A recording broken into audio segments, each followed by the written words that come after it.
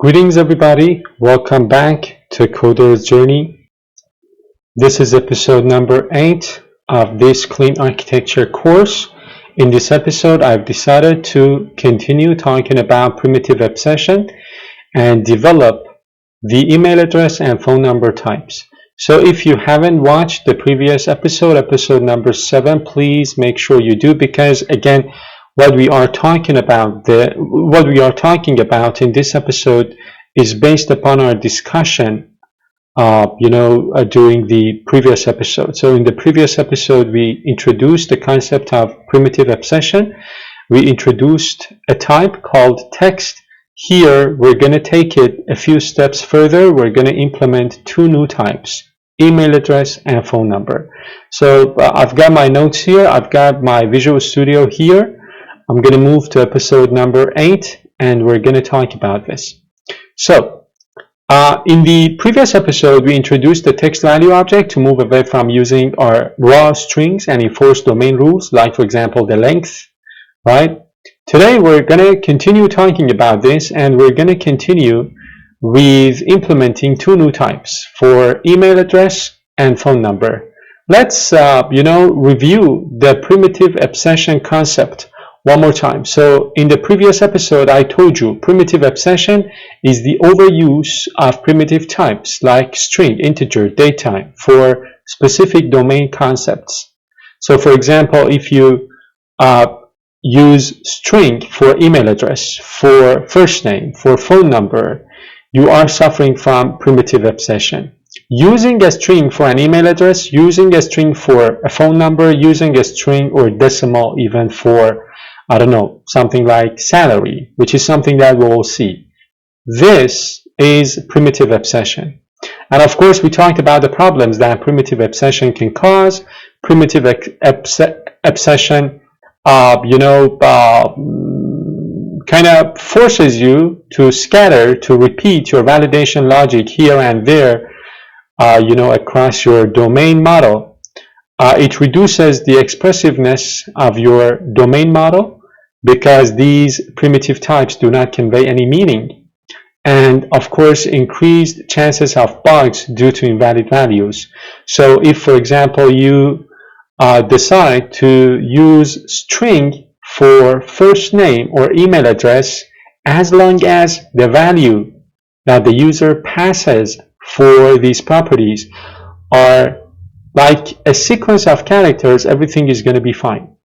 But of course, you don't want that.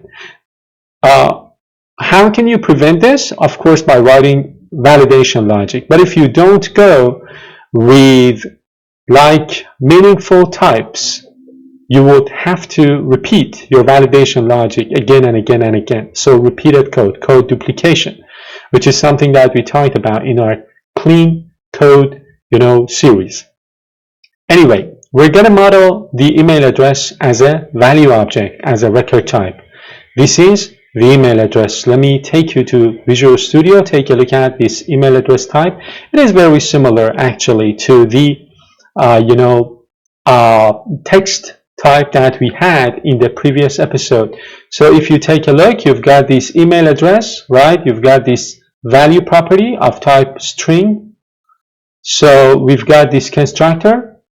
The constructor enforces specific business rules. We've got the override for toString, and we've got 2 operators, implicit and explicit operators for converting like a string to an email address and an email address to a text string. So this ensures that all email address instances are always valid. And of course, you can add as many rules as you want inside of this. Phone number. Phone number is another, value object that I've decided to implement. So again, it's a record called phone number. It has this property. It's a read-only property. It doesn't have any setters because I want this type to be immutable, as I discussed in the previous episode. I've got my constructor with its, guard clauses, and I've got the override for toString. I've got my operators as well. So very similar, again, as I said, to the text, value object that we developed in the previous episode. So this protects the domain from invalid or malformed phone numbers, repetitive string-based logic. And then the next step for us would be to do what? Would be to go to the employee entity and update the email and the phone number properties, and then use these two value objects. And we can also add more properties if we want. For example, we've got like date of birth, hire date, and then we've got a salary property. Again, the salary property is of type decimal, right? And I'm sure that, it is not enough for a salary. We need more meaning. For example, we need to kind of store the currency code of a salary. The precision of a salary is also important. So having like decimal for a salary doesn't make much sense.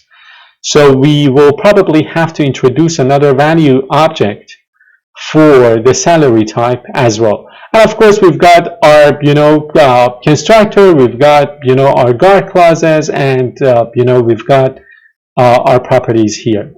So we introduced two new value objects. We, updated the employee.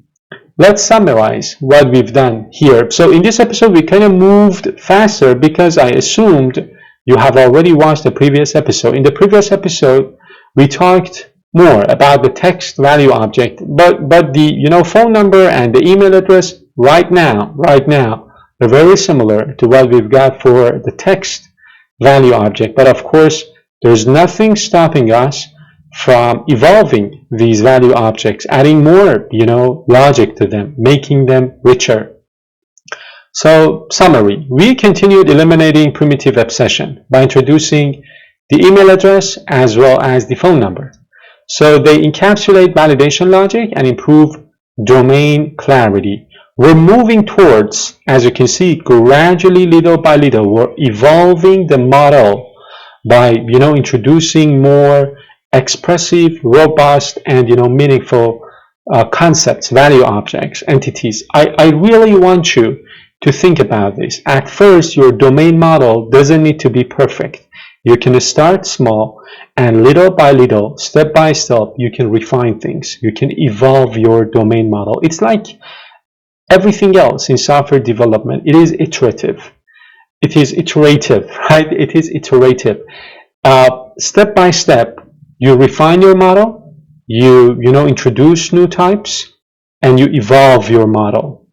You make it richer. Right now, our entities, for example, this domain entity, right?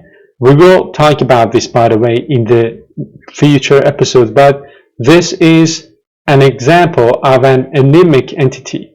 It is simply a bank of properties, some properties that we've got here. There is no logic inside of this employee entity, so it could be replaced by a DTO. I don't know whether you're familiar with the concept of DTOs or not, but that is not the problem right now. I told you there's nothing stopping us from evolving the model gradually, one step at a time, and this is exactly what we are doing in this playlist.